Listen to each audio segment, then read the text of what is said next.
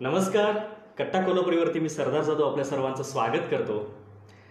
Kolhapuri foodie असतात, कोल्हापुरीच नाही सगळेच फुडी असतात, आपल्याला माहिती आहे. आणि कोल्हापूरचे खूप सारे खाण्याचे पदार्थ सगळे प्रसिद्ध आहेत. मिसळचं नाव घेतलं की अनेकाच्या तोंडाला पाणी सुटतं. सगळ्यांना माहीत आहे की डोळ्यासमोर ती मिसळ अशी तळते, समोर उभी राहते. आणि असंच एक आज मुलाखत विशेष आपल्या कट्ट्यावरती होणार आहे. कोल्हापूरची चटकदार मिसळ म्हणून अल्पावधीत प्रसिद्ध पावलेली कोल्हापूरची जी लक्ष्मी मिसळ आहे त्याचे श्री अमोल गुरव आज कट्ट्यावरती आलेले आहेत. त्यांचं मी प्रथमतः कट्ट्यावरती स्वागत करतो. सर, तुमचं स्वागत आहे. नमस्कार. आणि मला सांगायला भारी वाटतंय की खूप सारे म्हणजे ह्या मिसळचं नाव आज इतकं बाहेरपर्यंत गेलेलं आहे. याच्यात खूप वेगळेपण आहे. चर्चेमध्ये आपल्याला त्याच्यावरती बोलायचंच आहे. त्याच्या आधी मला थोडक्यात सांगायचं आहे की महाराष्ट्राची खाद्यसंस्कृती सर फार मोठी आहे. त्याच्यामध्ये कोल्हापूरचे अनेक पदार्थ आहेत. या खाद्यसंस्कृतीमध्ये महाराष्ट्राच्या खाद्यसंस्कृतीमध्ये भर घातलेली. त्यामध्ये मिसळ तांबडा पांढरा वगैरे जरी असला तरी त्यात मिसळ ही एक वेगळं आहे आणि त्याने वेगळे पण त्याच्यामध्ये निर्माण केलं त्या खाद्यसंस्कृतीमध्ये. लक्ष्मी मिसळचं नाव इतकं मोठं आहे, सोशल मीडिया इतर गोष्टीवरती सर्वजण बघतात. मीही त्याच्यामधूनच बघून आम्ही त्या मिसळची टेस्ट घेतली आणि खूप मस्त मजा येते तिथं. आणि सगळ्यात महत्त्वाचं मला सांगायचं या गोष्टीसाठी आहे की लक्ष्मी मिसळची अमोल गुरव सरांनी अल्पावधीत एवढी प्रसिद्ध केलं, ज्यात एक वेगळेपणा आहे. या वेगळेपणामुळंच वेगळे पुरस्कारही आहेत. त्याचबरोबर मी नावं घेतो, काही नावं की त्यांच्या पिढीवरूनच मला मिळालेली. इतकी मोठमोठी लोक ही मिसळची टेस्ट करायला येतात. किंवा रेग्युलर मिसळ म्हणजे कोल्हापुरात चित्रपटाचं कुठेही शूटिंग चालू असेल, सिरियलचं शूटिंग चालू असेल तर लक्ष्मी मिसळ तिथं असतेच. हे तर आता वेगळं नाहीये, ते एक सूत्र झालेलं आहे, समीकरण झालेलं आहे. तर सगळ्यात मोठं सांगायचं म्हणजे सर, आपल्या इथं सचिन खेडकर सर येऊन गेलेले आहेत, आशुतोष गोवारीकर येऊन गेलेले आहेत, सयाजी शिंदे सर येऊन गेलेले आहेत. अनेक अधिकारी लोक येतात. आता परवा आम्ही एक फोटो बघितला की आपल्या होम DYSP आलेल्या होत्या. त्याचबरोबर किशोर कदम, सौमित्र, हार्दिक जोशी म्हणा, सुबोध भावे सर, प्रवीण तरडे, तेही तसं सगळं मिसळ गेले असतील. असं कुठलंही म्हणजे फार मोठमोठी लोक इथं येतात. तुझ्या जीव रंगलाच्या सेटवरती तर आपली मिसळ असतेच.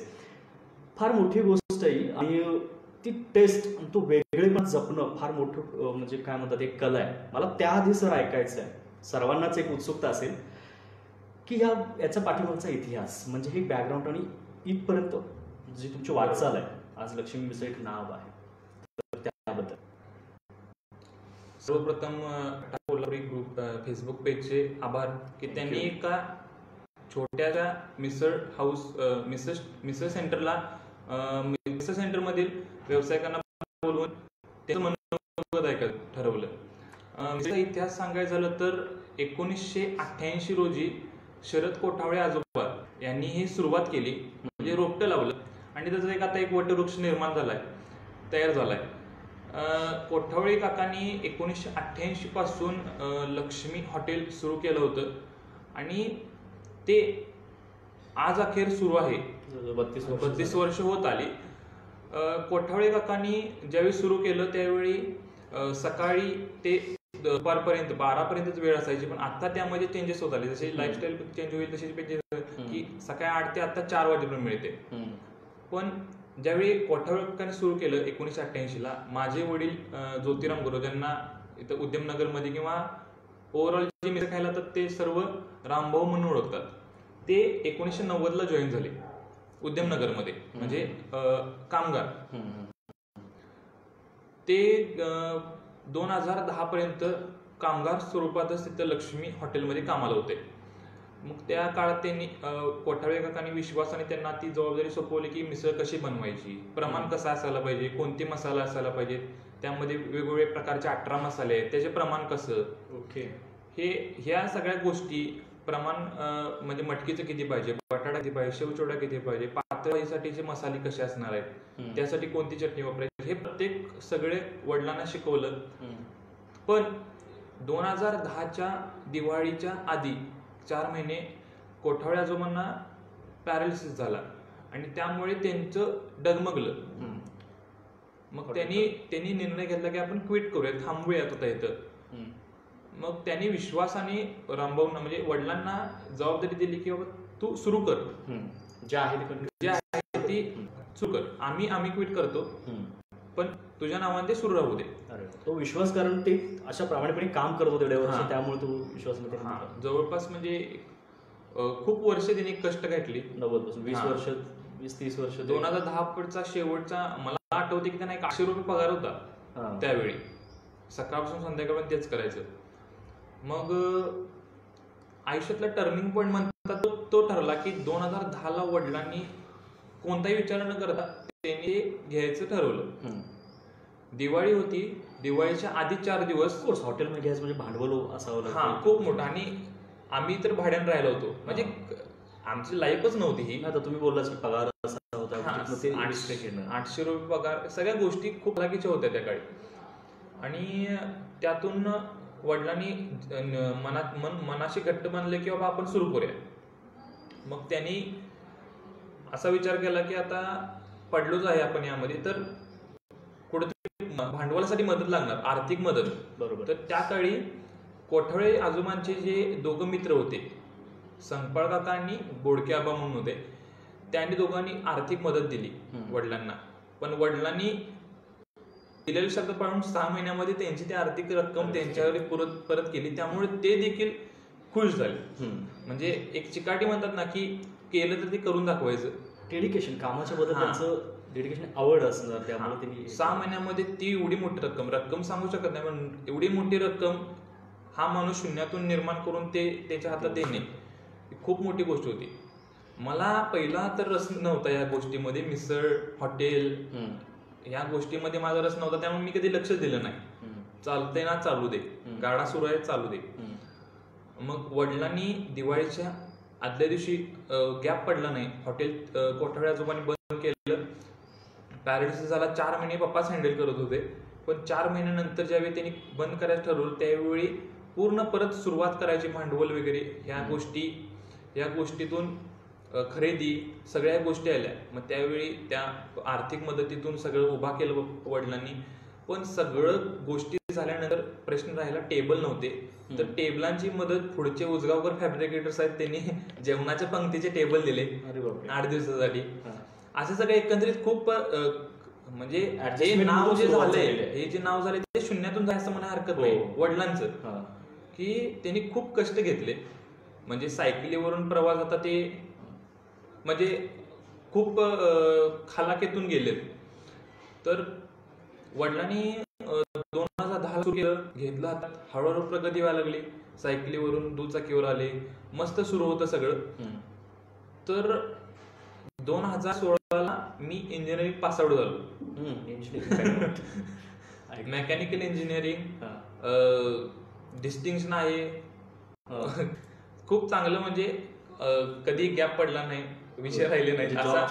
एक चांगला ऑप्शन मला हा डोक्यात विषयच नव्हता. मला एक डोक्यात होतं की आपण मस्त वेगळी खुर्चीवर बसून काम करायचं, असं एक डोक्यामध्ये प्लॅनिंग होतं. आणि मी त्यासाठी एकदाही देखील हॉटेलमध्ये येत नव्हतो. मला आवडतही नव्हतं. पप्पा नसले की ते पप्पा मित्रांना थांबून हॉटेलवर काम करायचे, पण मी त्या हॉटेलला येत नव्हतो, मला रसच नव्हता. 2016ला पासआउट झाल्यानंतर जॉबची हे आली, संधी आली. त्यावेळी पुण्यामध्ये जॉबला गेलो, तर 15,000 रुपयेपर्यंत पगार होता. पण नशिबाने एक आजार पण मिळालं आणि तिथं एवढं बिल झालं त्या हॉस्पिटलचं की वडील म्हणले तू इथं बसून का, पण तिथं काम करू नको. मग इथं आलो.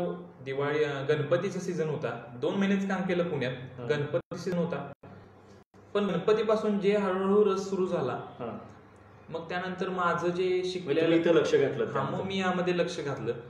मग 2016च्या गणपतीनंतर माझा चांगला काळ सुरू झाला म्हणायची असं हरकत नाही.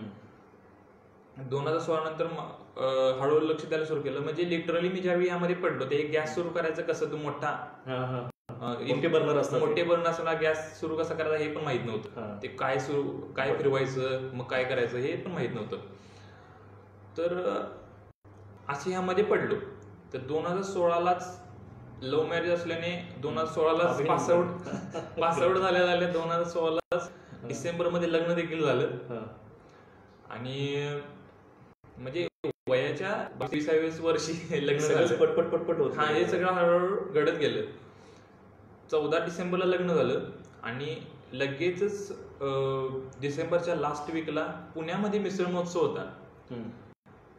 मग तोपर्यंत लक्ष्मी मिसळ हे नाव, लक्ष्मी हॉटेल हे नाव माहिती होतं, लोकल लोकांना माहिती होतं, कोल्हापूरच्या लोकांना माहिती होतं. एक ब्रँड म्हणून असं झालं. चवीची लोक येत होती खायला, पण परगावची लोक, परदेशातली लोक, सेलिब्रिटी लोक, ह्या लोकांना, बऱ्याचशा लोकांना माहित नव्हतं, त्यांच्यापर्यंत पोहोचलं नव्हतं. मग मला त्या गीता मॅडमनी येऊन सांगितलं की तुम्ही ह्यामध्ये आलात तर पुण्याचा क्राऊड तुम्हाला मिळेल. मग आम्ही एक मनाशी घट्ट केलं की अनुला म्हणलो, म्हणजे मिसेस अनुलेखाला म्हणलो की आपण सुरू करूयात, पुण्यामध्ये 3 दिवस मिसळ महोत्सव आहे, आपण जाऊयात. तसंच आम्ही महिनाभर झाला नव्हता लग्न होऊन तरी आम्ही गेलो. मिसळ महोत्सव चांगला केला, मस्त 1000च्या आत बाहेर प्लेट्स आम्ही सेल केल्या 3 दिवसामध्ये. चांगला झाला मिसळ महोत्सव. त्या मिसळ महोत्सवाला जाईपर्यंत मला एवढं नॉलेज नव्हतं की काय काय करायचं, कसं हँडल करायचं, पण सवय झाली.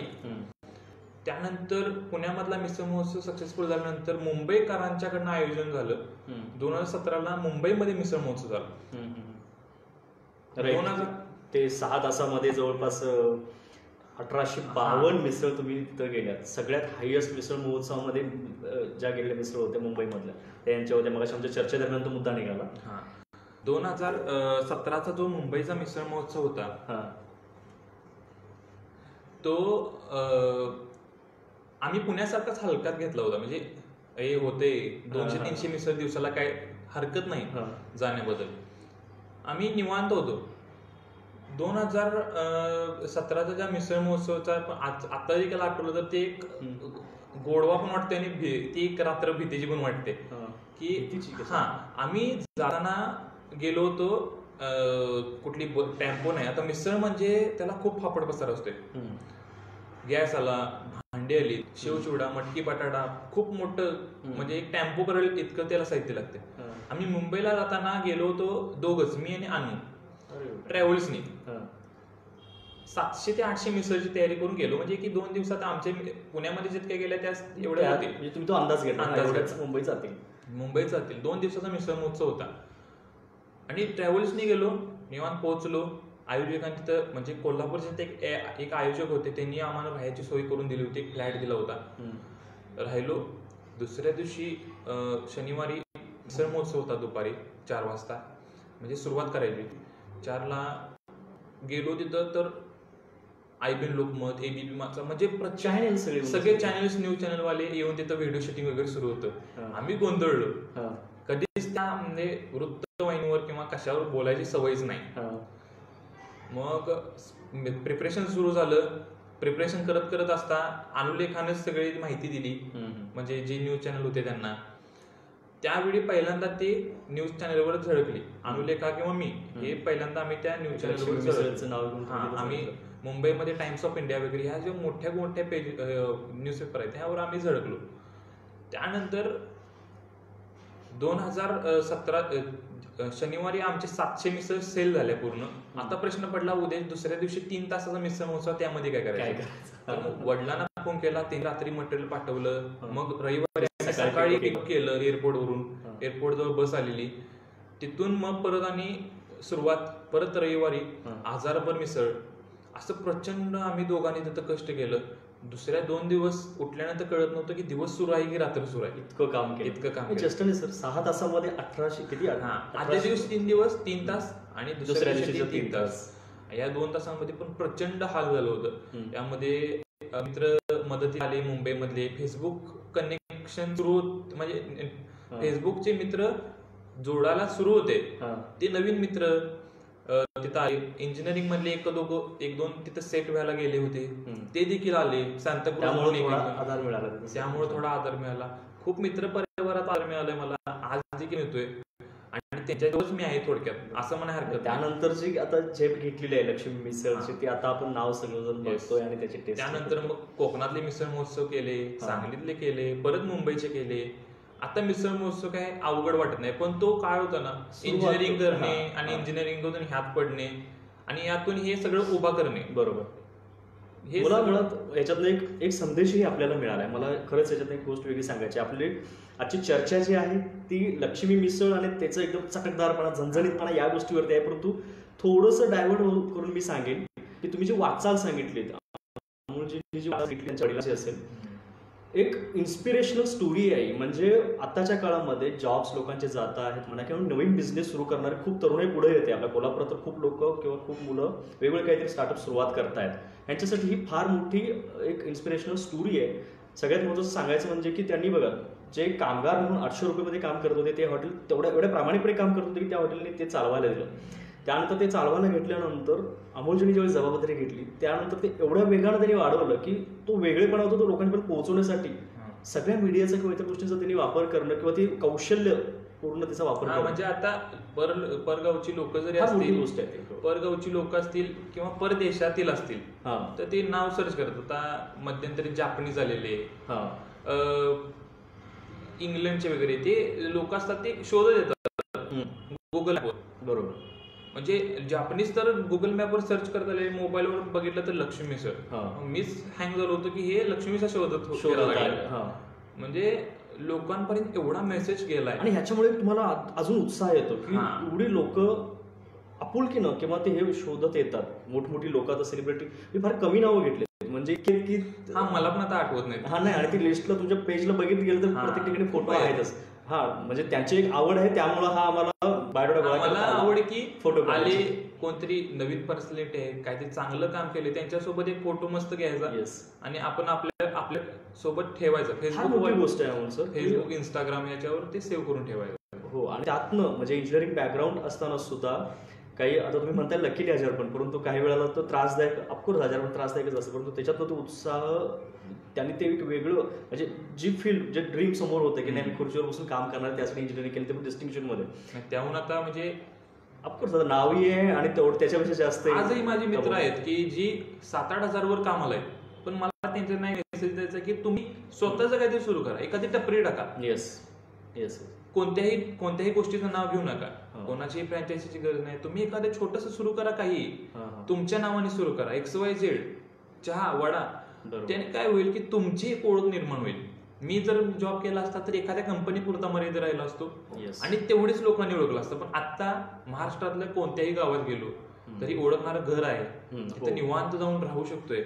चहा पाणी जरी मिळायची एवढी तरी आपले आता हे जोडणं झालेलं आहे. कोल्हापूरची काही प्रसिद्ध मिसळ आहे त्या ऑफकोर्स लक्ष्मी मिसळ आणि गुगलला जरी टाकलं बेस्ट मिसळ म्हणून तरी नाव येतं. इतकं हे नाव करणं सोपी गोष्ट नाही त्यासाठी तुमचे कष्ट. 2016ला नव्हतं ते नाव, म्हणजे गुगलवर नाव लिस्टिंगलाच नव्हतं पण आता बेस्ट मध्ये नाव आहे. म्हणजे मला याबद्दलचाच दुसरा प्रश्न घ्यायचा आहे की लक्ष्मी मिसळ ऑफकोर्स मिसळच्या टेस्ट प्रत्येक ठिकाणी वेगळे असतात, प्रत्येकाचे एक वेगळे पण असतं. लक्ष्मी मिसळचं पण एक वेगळं नाही ते तुम्ही कसं जोपास. म्हणजे याच्यानंतरचा दुसरा एक प्रश्न असेल की प्रत्येक बाहेर जरी तर आपल्याला मिसळ मिळू शकते परंतु कोल्हापूर मिसळचं एक वेगळेपण आहे. बरोबर, ते वेगळेपण मला तुम्ही नंतर सांगा परंतु त्याच्या आधी मला लक्ष्मी मिसळचं वेगळेपण की जे इतरांच्या पेक्षा एक वेगळेपण ती कसं जोपासले. लक्ष्मी मिसळचं वेगळेपण की कारण 2010 पासून तुम्ही मला म्हटलात ना वडिलांच्या त्यावेळेपासूनची ती टेस्ट इतर एक रांगडेपण आहे त्याच्यात तो आहे तसंच आहे. वेगळेपण सांगायचं झालं तर ते 32 वर्षापूर्वीच आहे. म्हणजे कोठाळे आजोबांनी वडिलांना म्हणजे शिकवलं म्हणून ते शिकले गेले आणि ते शिकले, त्यांनी मला शिकवलं, अणुलेखाला शिकवलं, मेसेजला, म्हणून आम्ही शिकलो गेलो. आणि तीच चव तेच प्रमाण आज देखील कंटिन्युटी आहे. म्हणजे जे भांड त्यावेळी वापरलं जायचं 200 मेसेसाठी तीच साईज आणि तीच म्हणजे कोणत्याही प्रकारचा चेंजेस नाही. ओके, भांड वाढवलं त्यावेळी होऊ शकते किंवा काही होऊ शकते पण तसाच आम्ही रिस्कच घेतली नाही आम्ही ती कधी. बरोबर, की आम्ही कंटिन्युटी आहे ना तर आम्ही ते दिली. पुण्या मुंबईच्या ठिकाणी मिसळ मसाला करताना आम्ही एका वेळी 600 मिसळ केल्या होत्या. ते आम्ही रिस्क घेतली कारण की तेवढी क्वांटिटी पाहिजे होती. पण आम्ही डेली करताना आमचं माप असते, प्रमाण असते, आमचे वाटण असते मसाल्यांचं. 18 मसाले आहेत, त्यासोबत मिरची कोणती वापरायची ह्या सगळ्या गोष्टींचा अभ्यास केला जातो. घरी सगळं केलं जाते त्यामुळे बदलायचं काही यात प्रश्न नाही. आणि एकच कंटिन्युटी सतत राहते. लोकांना जो माणूस 94 काल एक आले होते 94चे कॉमर्स कॉलेजचे आहेत, मुंबईला असतात, मला म्हणले की त्यावेळी खाली होती कॉलेजला असताना आणि आम्ही आता खाली, सगळं सेम आहे, काही फरक नाही. मग हेच आम्ही टिकवल्याने आम्ही मिळवले म्हणायचं. टिकवणं पण फार मोठी गोष्ट आहे. म्हणजे आता 94ला कोठाळे काका होते आजोबा आणि आता आम्ही आहोत. ते नसताना सुद्धा ती टेस्ट तुम्ही ती अडॉप्ट करून आज तिकडे त्यांचं नाव निघतंय की अरे चांगली आहे, त्यांचं टिकून ठेवलंय.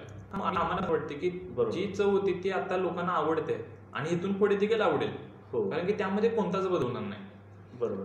मगापासून तुम्ही आता तुमच्या मिसेसचा प्रत्येक वेळी उल्लेख करता, त्याच्यावरून एक गोष्ट कळते की तुमच्या याच्यामध्ये त्यांचा किती हातभार आहे किंवा सपोर्ट किती असू शकतो एखाद्या बिझनेसमध्ये पुढे जाण्यासाठी. ती पण या क्षेत्रातली नाही, किंवा हॉटेल मॅनेजमेंट असेल तरी ठीक आहे, क्षेत्र तरी पडते. ती फॅशन डिझायनिंग आणि मी मेकॅनिकल इंजिनियर. पूर्ण परस्पर हॉटेलकडे. हा, दोघं पण आम्ही ह्या हॉटेलकडे वळलो गेलो. चांगलं, तिला पण शिकायची आवड आहे, नवीन नवीन करत असते. आम्ही मसाले आता ती घरीच करते, बाहेर आता श्रीलंकेला पाठवला 2 दिवसापूर्वी. असे चालू असते काय काय मसाले तुमचे. हा, गरम कांदा लसूण मसाला.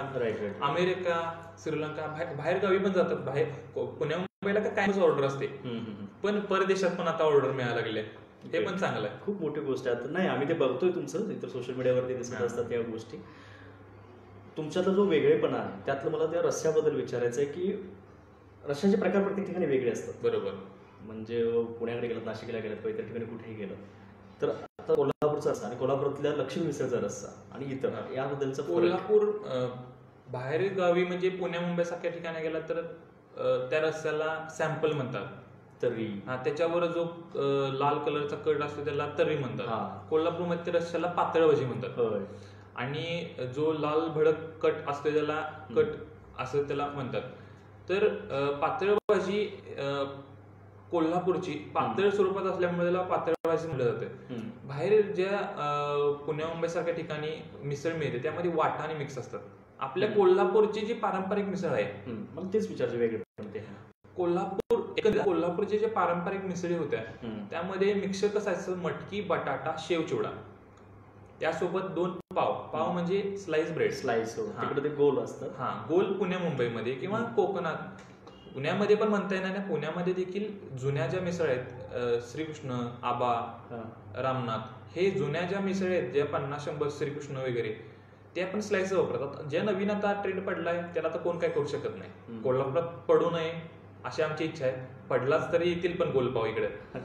तर असं असायचं की मटकी, बटाटा, शेव चिवडा, त्यासोबत 2 पाव आणि कांदा लिंबू. हे सिंपल एक पारंपरिक मिसळीचं प्रमाण आहे कोल्हापूरच्या, जी आधी मिळत होती.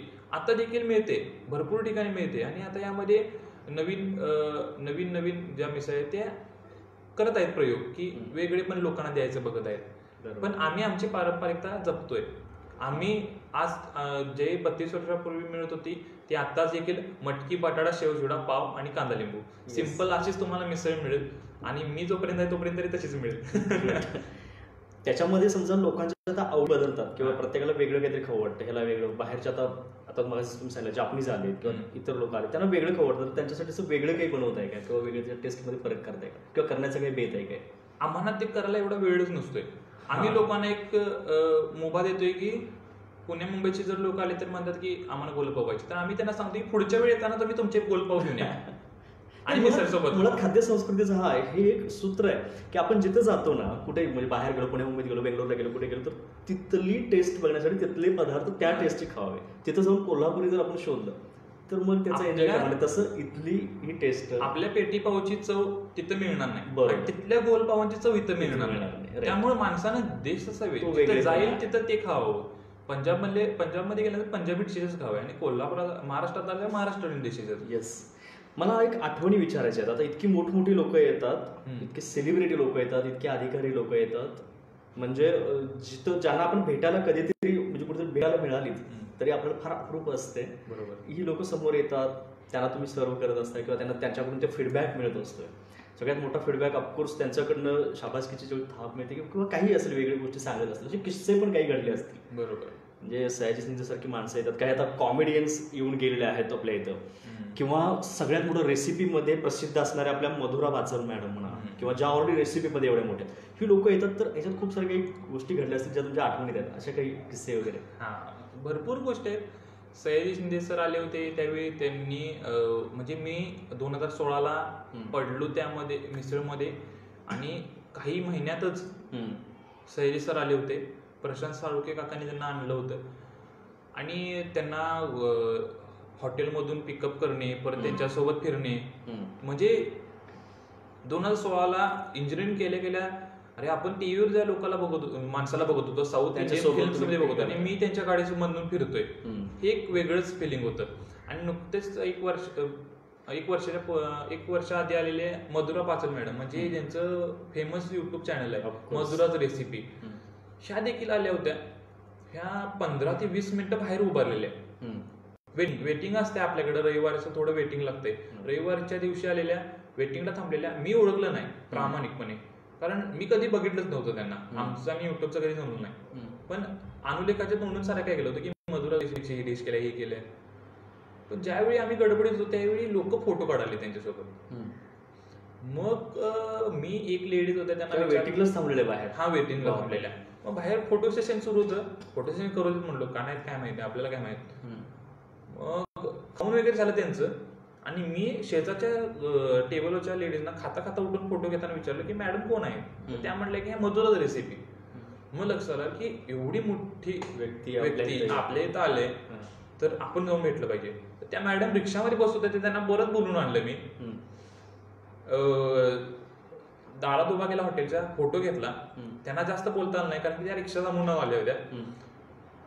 पण असे खूप किस्से आहेत की प्रत्येक सेलिब्रिटी सोबतचे एक एक किस्से आहेत. धर्मेश सर आलेले डान्सर, त्यावेळी ते पण नवीनच होते. 2016 ते पण आले होते, 2016लाच. तर अचानक फोन आला की म्हणजे फेसबुक थ्रूच कनेक्शन जाऊन एक फोन आला की अमोल तुमच्याकडे आम्ही मिसळ खायला येत आहे आणि धर्मेश सर आहेत सोबत एबीसीडी मधले. एबीसीडी म्हणल्यावर मला एकदम क्लिक झालं नाही. मग मी सर्च केलं मोबाईलवर. मग लक्षात आलं की हे DID मधले ते धर्मेश सर जे विनर होते. हा, मग तारांबळ उडाली की एवढा मोठा माणूस आपल्याकडे आलाय. मग तो मराठी बोलत होता. धर्मेश सर मराठी बोलत होते. पाव दे, अरे गुजरातला चाललोय, खूप चांगलं म्हणजे. आणि जे भेटले आजपर्यंत ते डाऊन टू अर्थ, म्हणजे माझ्यासोबत तरी बोलताना एकदम फ्रीली, एकदम फ्रँकली बोलत होते. सचिन खेडेकर सर तर 1 तास वेटिंगला थांबलेले. प्रचंड बाहेर गर्दी झालेली. आम्हाला पण ते माहित नाही की बाहेर येऊन थांबले. लोक नंतर सांगायलेत की हे व्यक्तिमत्व किती असं उंच पाड असेल, त्यामुळे लोक लगेच. आणि ते ना जरासं त्रास झाला होता प्रवासाचा वगैरे, त्यामुळे ते निवांत थांबलेले. असे भरपूर किस्से आहेत ऑफकोर्स. आणि त्यानंतर तुम्हाला जे फीडबॅक देणं किंवा तुमच्यासंग बोलणं, सेलिब्रिटी लोक येत असतील तर म्हणजे जे चांगले मित्र आहेत कनेक्टेड त्यांच्याशी, ते फोन करतात, अरे अमोल मी यांच्यासोबत यायला लागलोय नाही. आता लक्षात आहेत की कोण काय करतंय आणि काय. तुम्हाला एवढं क्लिकच नव्हतं, नुसतं कॉलेज इंजिनिअरिंग ह्याच माहोलमध्ये. त्याच्यामुळे आता एक मजाही येते. म्हणजे तुम्ही आता फक्त ऑफिसमध्ये बसून जे काम केलं असतं इंजिनिअरिंगला, त्यापेक्षा आता हे एक एन्जॉय आहे. या वेगवेगळ्या फील्डमध्ये लोकांशी तुमचा संपर्क येणं, त्यांच्याशी बोलायला मिळणं म्हणा किंवा इतर वेगवेगळ्या गोष्टी. क्रिकेटर स्मृती मानताना आपलं भेटच झाली नसती कधी, कारण की ती एवढी मोठी इंटरनॅशनल आपल्या क्रिकेट टीमच्या हे करतात. त्यांच्यासोबत भेट झाली, त्यांना आपण खायला दिलं पोटभर, त्यांच्या तोंडून थँक्यू हा शब्द पडते. म्हणजे आणि काय पाहिजे आपल्याला. तेच ना. आणि त्यामुळे अजून उत्साह येतो वेगळं काहीतरी करण्याचं. मला पुढच्या प्रश्नाकडे जायचं आहे. कारण मी त्याआधी सर्वांना आवाहन करेन की खरंच आपल्या मनामध्ये खूप सारे असे काही क्युरियस प्रश्न असतील, आणि सगळ्यात महत्त्वाचं की असं की कसं बनवतात किंवा काय वेगळेपणा आहे, आणि असं काहीतरी वेगळा हटके काही प्रश्न असेल तर नक्की कमेंट बॉक्समध्ये विचारा. आणि जर लयच वेगळं हटके लय भारी जर असेल ना, तर अमोल सर त्यांच्यासाठी फ्रीमध्ये मिसळ ट्रीट नक्की देऊ. तर मला पुढचं हेल्थसाठी मिसळ ही आपण मगाशी जसं बोलत होतो की हेल्थसाठी तितकीच उपयुक्त आहे, गरजेची आहे. आम्ही काही चर्चा करताना एक गोष्ट कळाली की आत्ता म्हणजे ज्ञात इतिहास जितका आपल्याला माहित आहे त्याच्यावर सुद्धा कळालं की 250 वर्षापूर्वी सुद्धा मिसळ हा पदार्थ होता. त्याच्या आधीचा इतिहास इतका माहीत नाहीये. म्हणजे हेल्थसाठी, आपल्या आरोग्यासाठी त्याच्यामध्ये काहीतरी वेगळे पण आणलं गेलं, आणि ते खूप तसं आहे, उपयुक्त आहे. तुम्ही बोलला तसं. तर ते काय वेगळेपण म्हणजे हेल्थसाठी? मिसळ हा प्रकार की खाल्ल्याने पोट भरावं. मटकी बटाटा असल्याने ते पौष्टिक पण आहे. तर हे ज्यावेळी खाद्य आपण म्हणजे जे आपली डिश आहे ते आपण ज्यावेळी सर्व करतोय त्यावेळी आपण खाल्यानंतर आपलं पोट भरलं पाहिजे. एक वेळेचं आपलं जेवणच आहे ते थोडक्यात, आणि त्याचा कोणत्याही प्रकारचा त्रास नाही झाला पाहिजे. हे एक मिसळ गणित आहे. असं म्हणतात की नाशिकमध्ये हे सुरू झालं प्रकरण मिसळीचं. कोल्हापूरमध्ये सुरू झालं म्हणणारे पण आहेत, नाशिकमध्ये पण सुरू झालं म्हणणारे आहेत. नाशिकमध्ये सुरू झाल्याने म्हणतात की गोदावरी काठी ज्यावेळी शेतकरी येत होते त्यावेळी त्यांना काहीतरी करून खायला घरचे द्यायचे. मग कोणतरी उसळ द्यायचं, कोणतरी हे द्यायचं. मग लोक उसळ त्यामध्ये थोडं हे मिक्स कर, ते मिक्स कर, रस्सा मिक्स कर, हे करून ते करायचे डिश आणि त्यामध्ये भाकरी वगैरे काढून खायची. मग नंतर भाकरी सोबत पाव येऊ लागले. असं तिकडून आलंय किंवा इकडून तिकडे गेले असे खूप इतिहास आहेत. पण तुझ्यातलं हेल्थसाठी उपयुक्त असणार ते जे मिक्स करतात तुम्ही मगाशी बोलताना बोलत की त्यातलं तेलाचं हेल्थसाठी आपल्या मिसळसाठी आपलं जे प्रमाण आहे ते तेलाचं कमी आणि तीळ खोबऱ्यात जास्त. म्हणजे तेल पण असतंच, पण तीळ खोबऱ्याचं प्रमाण जास्त आल्यामुळे आपल्या शरीराला चांगले घटक मिळतात आवश्यक असे. त्यानं काय होतं की आपल्याला ऍसिडिटीचा प्रॉब्लेम होत नाही. आता आमच्याकडे डेली पण येणारे लोक आहेत मिसळ खायला. आता डेली म्हणण्यापेक्षा आम्हीच डेली मिसळ खातोय. मी आठवड्यात 3-4 दिवस मिसळ खातो डेली. आमच्याकडे जो स्टाफ आहे त्याचे जेवण स्टॉप आमच्याकडे स्टाफ आहे तो डेली मिसळ खातोय. पप्पा गेली 28 वर्ष मिसळ खातात, हॉटेलमध्ये मिसळ खातात. त्यांना कुठल्याही प्रकारचा काही त्रास नाही आज अखेर. नाही त्रास तर होत म्हणजे की असं की ह्याला डेली खाल्यामुळे पण काही प्रॉब्लेम नाही. आणि आमच्याकडे 6 वर्षापासून 60 वर्ष 70 वर्ष खाणारी माणसं पण आहेत. म्हणजे वेगवेगळ्या जनरेशनची लोक पण इथं खातात. आणि वडिलांनी इतके अनुभव घेतले यामधून की खूप अनुभव आहेत चांगले चांगले. नाही खरंच म्हणजे तो कष्ट म्हणून काम करून आपण त्यावेळी इन्कम काहीतरी करत असतो. इतकं मजा नाही येत. इथं कसं आहे की एक कष्ट करतानाच त्या ह्याचा एन्जॉय येतो. त्याचा फीडबॅक त्याला इतका चांगला मिळतो. पण नंतर मिळतच फीडबॅक इतका चांगला मिळतो. ह्याच्या पाठीमागलं मे बी अजून एक सूत्र असेल की ह्यांची जी आवड आहे ती आवड त्याच्यात ते जास्त आहे. म्हणजे तुम्ही आता जसं म्हटलात की ते करत असताना तुम्ही माझी आपली चर्चा होती की कंटाळा नाही येत. म्हणजे तुम्ही त्याच्यामध्ये पूर्ण डेडिकेटेडली काम करताय. तर अशा खूप साऱ्या गोष्टी आहेत. काही प्रश्न आले तर सर आपल्याला सेलिब्रिटी लोकांच्या बद्दल आपण मगाशी बोलत होतो. सेलिब्रिटी लोकांच्या बरोबर आता खूप सारी वेगवेगळी लोक येतात. मिसळ महोत्सव तुम्ही घेताय तर मिसळ हा पदार्थ खाद्य संस्कृतीचा एक कोल्हापूरची एक वेगळी ओळख निर्माण करणारा आहे. मगाशी जसं आपण म्हटलं की रस्स्याचा वेगळे प्रकार असतात. तुम्ही बदल वेगवेगळी करणार नसला तरी तुमच्या जे बाहेर म्हणजे समजा आता लक्ष्मी मिसळचं नाव आहे बाहेरपर्यंत शाखा जातील तर त्यावेळी तिकडलं पद्धत वेगळे पण असेल की कोल्हापूरचं वेगळे पण तिथं असेल. म्हणजे कोल्हापूरचं जर सुरू करायचं असेल तर कोल्हापूरचं वेगळे पण असेल तिथं. जर तुम्ही लक्ष्मी मिसळमध्ये लक्ष्मी मिसळच खायची आहे तर लक्ष्मी मिसळ तुम्हाला कोल्हापूरमध्ये जे मिळते तेच तुम्हाला तिथं मिळणार. तुमच्या वेगळेपणासाठी त्यामध्ये पनीर चीज वगैरे घालून मिळणार नाही. म्हणजे मी जोपर्यंत नाही तोपर्यंत माझी तरी इच्छा नाही आहे ती. त्यांना मी कोल्हापूरची पारंपरिक मिसळ देण्याचा प्रयत्न करेन. बरोबर. ते एक आपली ओळख आहे, ओळख निर्माण आहे आणि आपण ती ओळख जपली पाहिजे. यालाच धरून एक प्रश्न विचारलाय गणेश शेंगुले सरांनी. कोल्हापूर मिसळ एका सामान्य पर्यटकापर्यंत कशी पोहोचेल यासाठी काही योजना आहेत का? म्हणजे कोल्हापूर पर्यटनासाठी आहेच. कोकणात जाणारे लोक सुद्धा पहिल्यांदा इथं थांबून अंबाबाई मंदिर असेल पन्हाळा इथं थांबून परत पुढे जातात किंवा पर्यटनासाठी कोल्हापूरला खूप सारे लोक येतात. बरोबर. या सामान्य पर्यटकापर्यंत पोहोचवण्यासाठी काय योजना आहेत? सामान्य पर्यटकांपर्यंत पोहोचण्यासाठी आता इतका मोठा मित्र परिवार कोल्हापूरमध्ये वाढलाय माझा. कसा वाढलाय देवालाच माहित. पण 4 वर्षामध्ये इतका परिवार वाढला की कोल्हापुरात कोपऱ्यात कासना मित्र आहेत. एखाद्या पर्यटकांना जरी विचारलं की गणेशदादांना जरी विचारलं की बाबा मिसळ कुठं खाऊ तर गणेशदादा डोळे बंद म्हणजे कुठलं नाव नाही फक्त लक्ष्मी मिसळ हे सुचवतात. नंबर देतात, कार्ड देतात, असंच जावा. किंवा एखादा पर्यटक कोल्हापुरात आला, पर्यटक लोकांना सवय असते मॅप वगैरे सर्च मारायची. तर गुगल मॅपवर सर्च केल्यानंतर आता अशी वेळ आहे की लक्ष्मी मिसळ टॉपला दिसते आणि ते आपसूक येतात आपल्याकडे. त्यामुळं वेगळं काय करायची गरज नाही. माउथ पब्लिसिटी इतकी झाली आणि मित्रपरिवार इतका खमक्या माझ्या पाठीशी आहे की आपोआपच पर्यटक लोक येतात. आम्ही विचार करतो की ही लोक कशी आले, पण ह्याच्या मागे सगळ्या माझा मित्र परिवारच आहे. ओके. आता सगळ्यात महत्वाचं म्हणजे याच्यात प्रश्न नाहीये. शुभेच्छा खूप साऱ्या आल्यात आपल्याला. मी शुभेच्छा वाचून दाखवत आता बसत नाही, त्यांची नावं नंतर घेईन मी. परंतु मला त्याच्या आधी विचारायचं आहे की यश मिळवणं किंवा त्याआधी पोहोचणं लोकांच्यापर्यंत हे ठीक आहे. म्हणजे आता तुम्ही ते अक्वायर केलेलं आहात हे टिकवून ठेवणं. कारण आता कसं आहे की तुम्ही जे म्हटलं की युनिकनेस तुमचा आहे तो तसाच ठेवणार आहे. परंतु पुढं बदलत्या काळानुसार किंवा आता ऑफकोर्स बदलत्या काळानुसार तुम्ही सोशल मीडियाचा वापर तेवढा करून त्या लोकांपर्यंत पोहोचण्यासाठी केला तर तसं बदल जे आहेत मिसळमध्ये ऑफकोर्स 32 वर्षापासूनचा जो इथे हे आहे एक त्याचं सूत्र आहे ते मग तुम्ही म्हटलं की तसं मी जपलेलं आहे, इथून पुढेही तसंच जपेल. परंतु त्याच्यामध्ये वेगळे प्रकार म्हणजे आता जसं मग तुम्ही म्हटलात की कुठले बरं बाहेरचे ज्याच्यामध्ये चीज किंवा इतर गोष्टी असतात, हां म्हणजे ज्याच्यामुळे पौष्टिकपणा किंवा वेगळ्या गोष्टी त्याच्यामध्ये येतात, तर असा फरक किंवा एक वेगळा हे करण्याचं काही मानस वगैरे. कसं आहे की आपण जेवढा व्याप वाढवणार तो वाढणारच. आम्ही जर उद्या पनीर मिसळ द्यायला लागलो तर कस्टमर येणार, खाणार, काहीच हरकत नाही. पण आम्ही ते देण्यासाठी 100% तयार आहोत का हे आम्ही बघितलं पाहिजे. बरोबर. आमच्याकडे तेवढी पॉवर आहे, मॅन पॉवर आहे का. पनीर मिसळ व्हरायटी ज्यावेळी वाढते, ज्यावेळी आम्ही आता हे एक ज्यावेळी आपल्याला डिश करायची असते, बरोबर, ते सिम्पल असतं. पण ज्यावेळी 4 प्रकार आहे, पनीर मिसळ, चीज मिसळ, त्यावेळी गोंधळते माणूस आणि त्यामध्ये चवच राहत नाही. हा राईट. आपली जी चव आहे ना, आपण एका गोष्टीतच पीएचडी करूया. बरोबर. आपण 10 गोष्टींकडे लक्ष न देता आपण एका गोष्टीतच पीएचडी करूया. म्हणजे याच तुमच्या धोरणामुळे किंवा काय म्हणतात एका कॉन्सन्ट्रेशनमुळे, बरोबर, अजून याचं नाव फार लांबपर्यंत जाईल हे आम्हाला आशाच नाही तर नक्की खात्री. मिसळ सोबत वेगळं काय देत नाही, फक्त 15 ऑगस्ट आणि 26 जानेवारीला एक ओळख आहे की आपण मिसळ सोबत जिलेबी देतोय.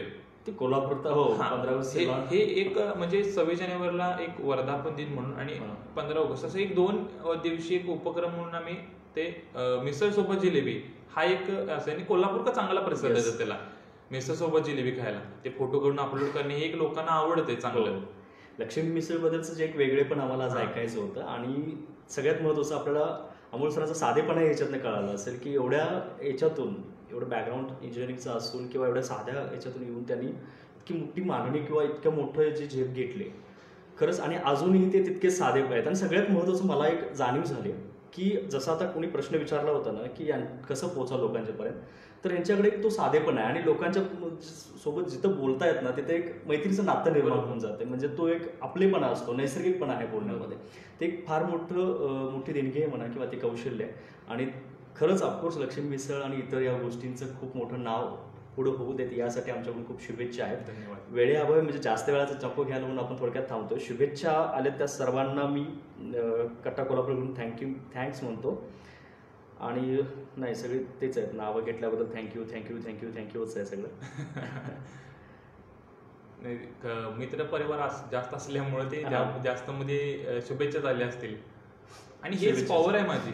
आणि हे मी जपायचा प्रयत्न करतोय की यांना तोडायचं नाही, कुठेतरी यांना जपून ठेवायचं. प्रत्येक जण कुठे ना कुठं आपल्या कुठल्या ना कुठल्या वळणावरती आपल्याला भेटणारच असतोय. आता मी कुठेही जरी गेलो तरी 100% खात्री आहे की कोण ना कोणतरी ओळखीचं मिळते. आणि कोल्हापूरमध्ये पर्यटकांसाठी जे काम आहे ते माझे मित्र परिवार जास्त करतात, त्याच काय प्रॉब्लेमच नाही. ऑफकोर्स अशा सगळीकडे साथ मिळत असल्यामुळे खरंच त्यासाठी तुम्हाला खूप खूप शुभेच्छा. आणि आज वेळात वेळ काढून म्हणजे तुमच्या व्यवसायाच्या एवढ्या टायमिंगमध्ये तुम्ही वेळात वेळ काढूनच्या कट्ट्यावरती आला त्याबद्दल खूप खूप धन्यवाद तुमचे. पुन्हा खरंच आपण सर्वजण भेटू लक्ष्मी मिसळची टेस्ट करण्यासाठी. तोपर्यंत मी निरोप घेतो. धन्यवाद.